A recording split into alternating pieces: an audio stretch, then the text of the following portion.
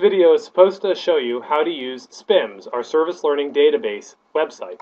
First, go to stpaulschool.org. From there, you'll want to go to SPNet up in the upper right-hand corner, same way you get to your email. Scroll down on the page, find the cool Crusader Cross logo, that's St. Paul's Service Learning. Click and that'll take you into SPIMS.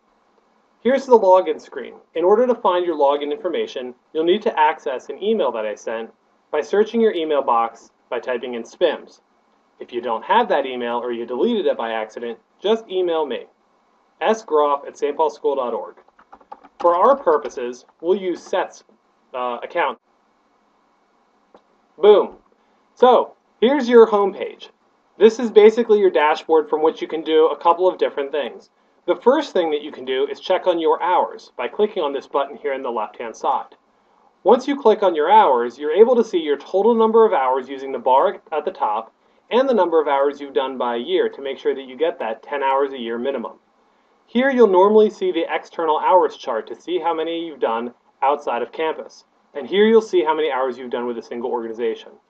For both the external hours and the single organization, you need to do at least 30 hours. To double check your information, you can see all of the things you've entered down here. Seth has done quite a lot of hours with Camp Judah. Great job, Seth.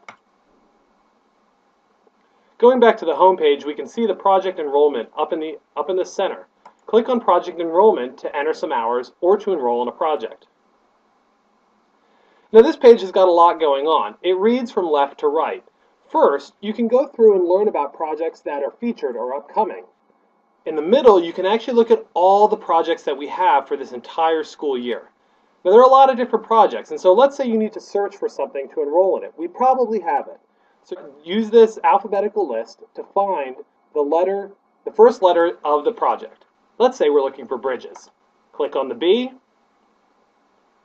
Wait a minute. And boom, there we go. We got Bridges Swimming, you've got Bridges Summer Camp, also Summer Bridges.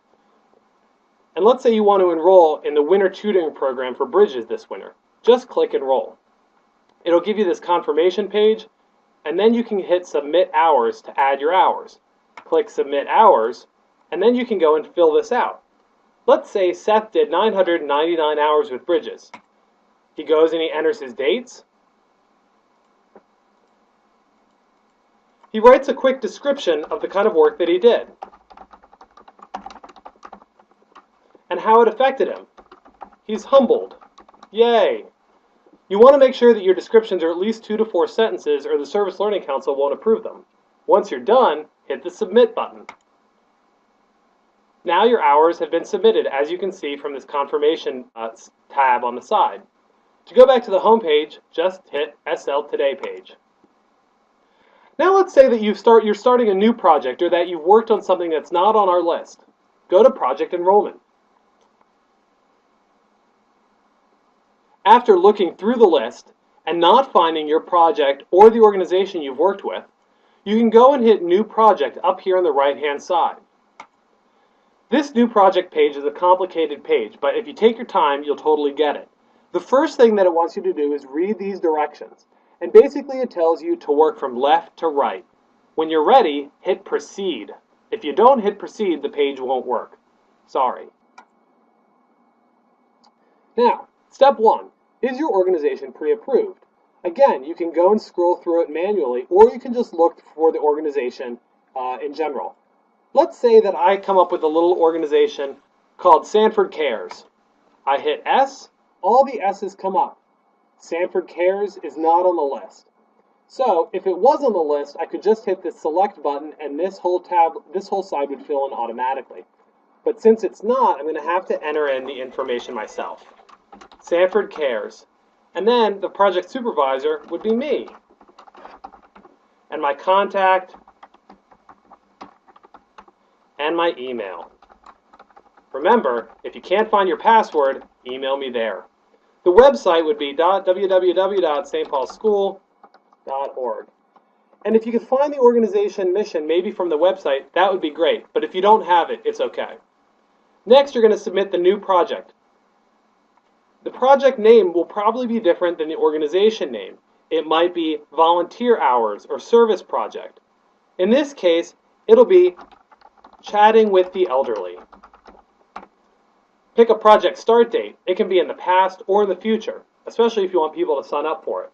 Let's say mine will start on June 1st. Oops. And it'll end on June 1st as well because it's just a one-day project of chatting with old folks. And it's open to students because I want multiple people to sign up. Here, you need to enter the project description, which is really, really important. If you don't do that, the Service Learning Council won't approve your project.